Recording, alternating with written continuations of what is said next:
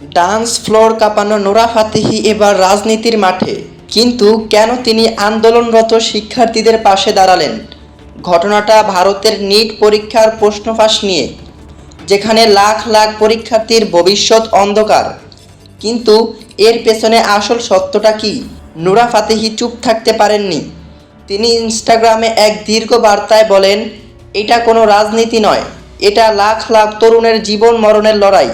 শুধু Nora Fatehi নয়, একে একে সালমান খান, আলিয়া ভাট থেকে শুরু করে অনেক বড় বড় তারকারাও গর্জে উঠেছেন। কিন্তু কেন বলিউডের সবাই একযোগে এই আন্দোলনে নামলেন? পরীক্ষার্থীরা এখন দিল্লির যন্তর মন্তরে, তাদের দাবি একটাই, প্রশ্ন ফাঁসের বিচার এবং শিক্ষামন্ত্রী পদত্যাগ।